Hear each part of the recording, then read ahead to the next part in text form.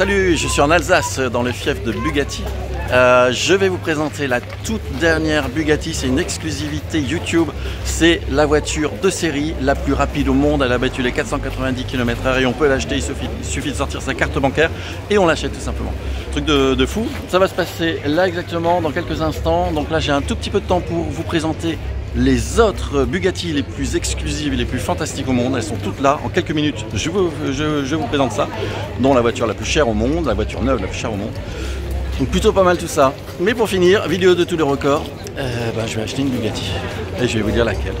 Et j'aurai une petite Bugatti chez moi à la maison. Ça devait arriver. Alors si vous ne me connaissez pas, moi je suis Pog, je suis un amoureux des voitures, je suis aussi un collectionneur, j'ai pas mal de voitures modernes, j'ai de Lamborghini. J'ai une Ferrari.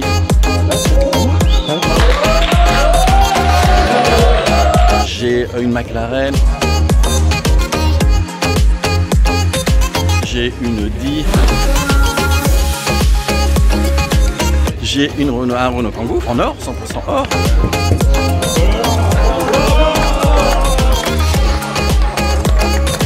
Et peut-être est-ce que j'en oublie quoi. Et tout ça c'est très bien, mais Bugatti c'est Bugatti. Bugatti c'est quand même un cran au-dessus de tout quoi. On est dans le monde du rêve. Allez, c'est parti. Alors vous voulez voir les Bugatti les plus exceptionnelles, elles sont toutes là, ça tombe bien. Une 110 ans, on va commencer par l'entrée de gamme, 3,6 millions d'euros quand même.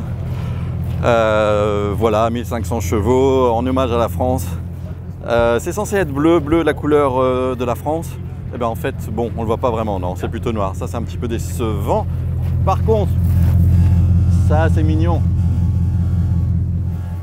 Marque française que Bugatti quand même, il faut s'en rappeler. Celle-là, elle n'a absolument aucun prix, c'est la GT Vision. Regardez-moi ça, c'est quand même absolument incroyable. C'est une vraie voiture, c'est un rétroviseur. Ben non, c'est pas un rétroviseur, c'est une caméra. Donc ça appartient à un Californien. Pour preuve, il a dû relever pour pouvoir passer son garage, la voiture. Et là, vous voyez, je peux passer un doigt, alors que là, je ne peux pas du tout passer de doigt. Une vraie voiture. Hors du monde, mais une vraie voiture. Alors, autre chose, la Cento Diese, enfin, je sais pas quoi, la 110 ans. 110 ans en italien. La 110, pardon, pas en, parce que c'est l'hommage à l'EB110. On le voit là, ici, avec la petite forme toute petite. Donc, on dirait qu'elle a un regard de samouraï, assez rigolo. Aussi, ça évoque le B110, Sezui ici.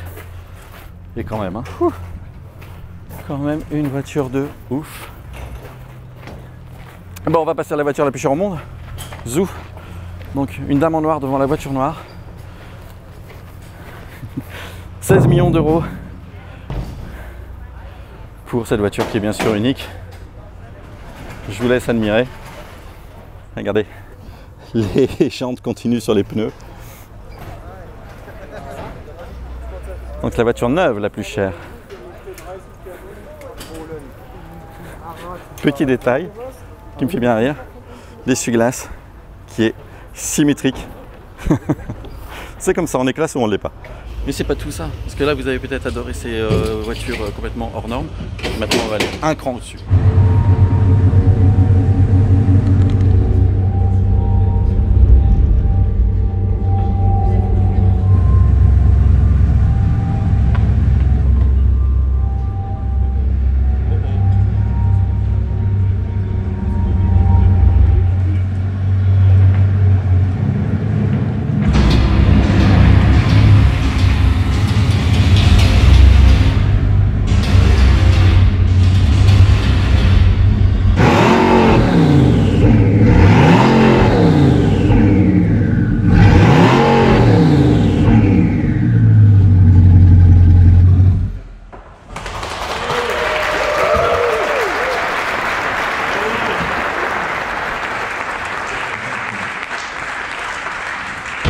Wow, en tête à tête avec la voiture de série la plus rapide de l'histoire, la Chiron Super Sport 300+. Bon, alors 300+, c'est pour 304 miles per hour, 490 km/h. Alors j'ai interrogé Andy Wallace, qui est le pilote qui a réalisé l'exploit, et je lui ai dit mais pourquoi pas 500 km/h, et il m'a dit, eh bien en fait la piste n'était pas assez longue, 10 km, j'ai freiné à 8 km/8. Donc la voiture là, on voit qu'elle est rabaissée, rallongée à l'arrière, pot d'échappement ionisé.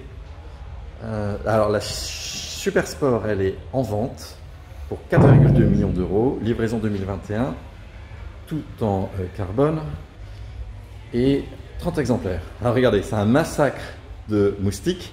C'est la voiture du record qui n'a pas été lavée. Les pauvres moustiques, ils n'ont pas eu le temps de s'offrir.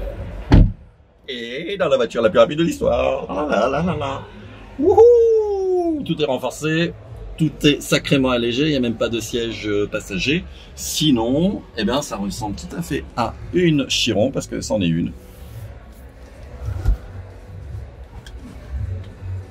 Imaginez-vous ici, imaginez le tunnel de vision qui se rétrécit à haute vitesse, à super méga haute vitesse. C'est fantastique quand même qu'une marque française en plus ait réussi à battre ce record, et ça restera dans l'histoire, c'est pour toujours, c'est le propre des records. On est bien là. Hashtag Pogatti. Alors, ouais, ça, ouais. c'est... Wow, stop, Ah non. Ah. Allez. C'est très très bon pour ce que tu as. Non. C'est du jus de choucroute. C'est du jus de choucroute. Du jus de choucroute. À quel moment il y a un mec qui s'est levé et qui s'est dit, tu sais ce que je fais aujourd'hui? J'ai envie de boire un jus de choucroute. Oh, ça sent, hein. Ça sent.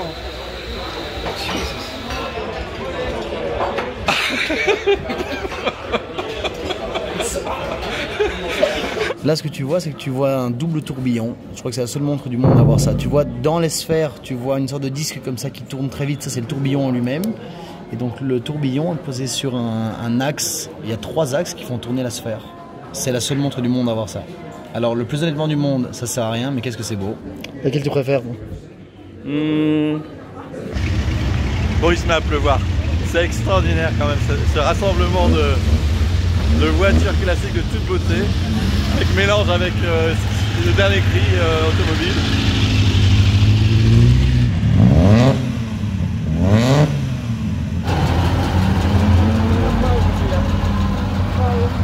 En fait là on est dans, ben voilà, ça montre un petit peu le design, les matières. C'est le vrai atelier de design, de personnalisation. Alors, j'ai pas le droit de vous montrer ça, et ben pourtant je vais le faire. Là, je suis dans un coin réservé aux clients. Ici, il y a 300 Bugatti Veyron en miniature qui correspondent aux 300 qui ont été vendus. Et donc, chacune de ces Bugatti est exactement de la même configuration que la voiture réelle. Donc, imaginez un petit peu le client qui revient à l'usine et qui voit sa voiture en miniature, il doit être comme un gamin. Bon, voilà. J'avais pas le droit, mais c'est fait. Poglic. Mais t'es l'un des pilotes essayeurs les plus chanceux au monde. Bah, je roule depuis les toutes premières. Premier essai 3 mars 2005 avec la première Veyron. Donc depuis, j'ai roulé 90% de tous les véhicules. De toutes les Bugatti sorties quoi. Ouais. Et j'ai plus de 330 000 km d'essai, je crois, un truc comme ça. En Bugatti. Oui. Chanceux. Bah, 2 fois par semaine. Nous, on les touche, on les caresse, on les roule. Et quand j'ai roulé les premières voitures comme celle-ci, on était déjà hyper impressionnés parce que je passais de 1001 à 1200 chevaux. Et là, il y avait déjà les premiers launch control non contrôlés, donc il y avait déjà le côté un peu, on pouvait faire fumer les pneus. Il y en avait 200 chevaux en plus, une petite GTI en plus dans le coffre. Et c'était déjà la première montée en puissance, on s'est dit waouh, il y a encore moyen de faire quelque chose. Et aujourd'hui, maintenant que je viens d'essayer la Divo il y a quelques jours, encore un... Bon, j'avais la banane, hein, c'est encore un cran au-dessus et très dynamique et très sportive. Et franchement, waouh, on est sur le bon chemin là. La moyenne de fou.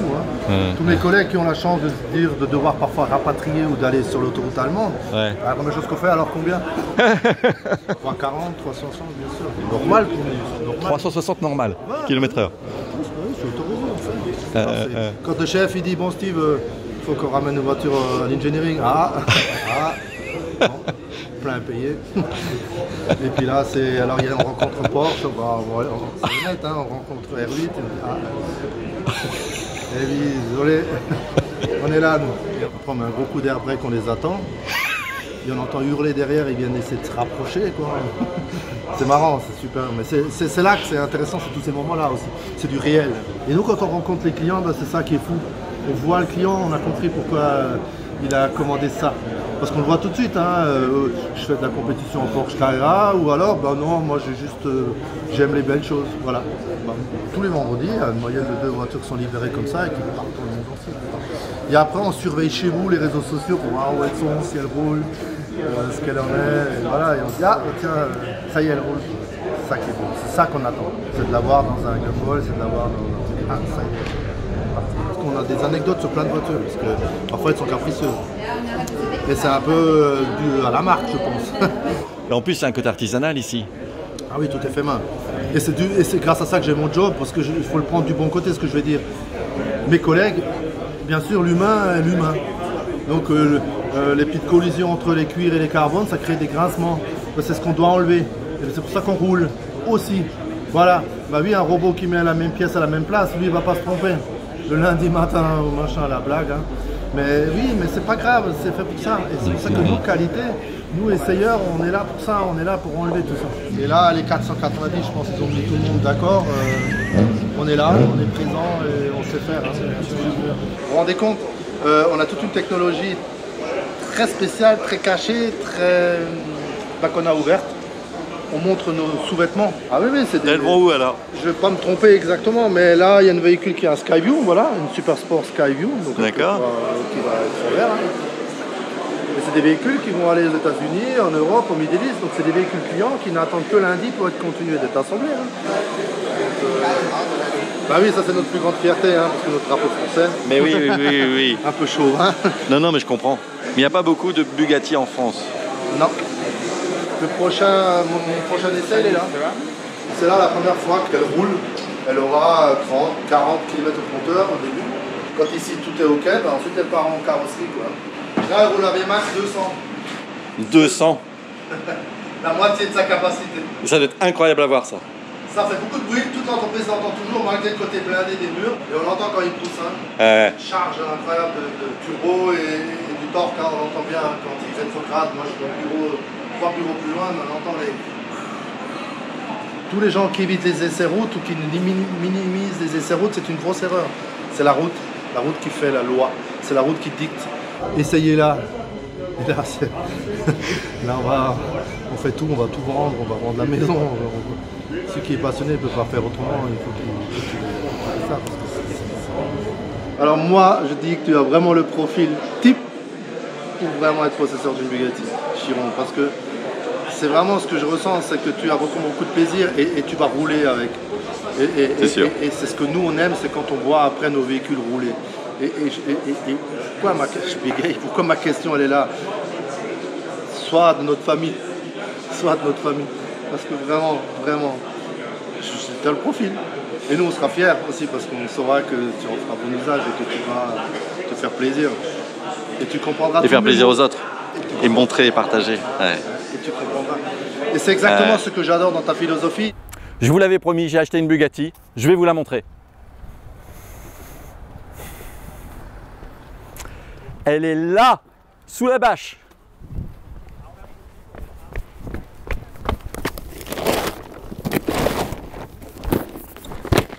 Ma toute première Bugatti.